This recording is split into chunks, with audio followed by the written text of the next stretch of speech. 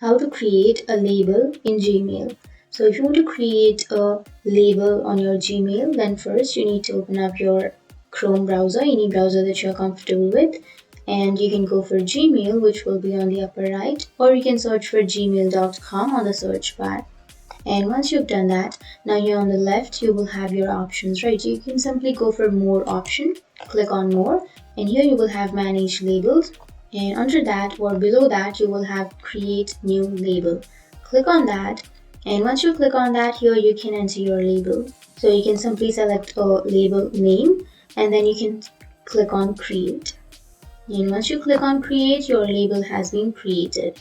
Or if you want to add another one, then again click on create and then you need to add another label.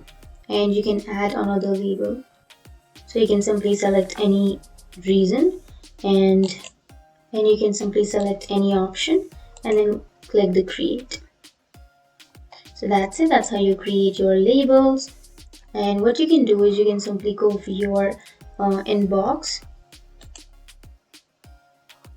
and here you can go for more and then scroll down, and here you will have your labels, right? So you can simply choose a mail and then you can drag that to your label.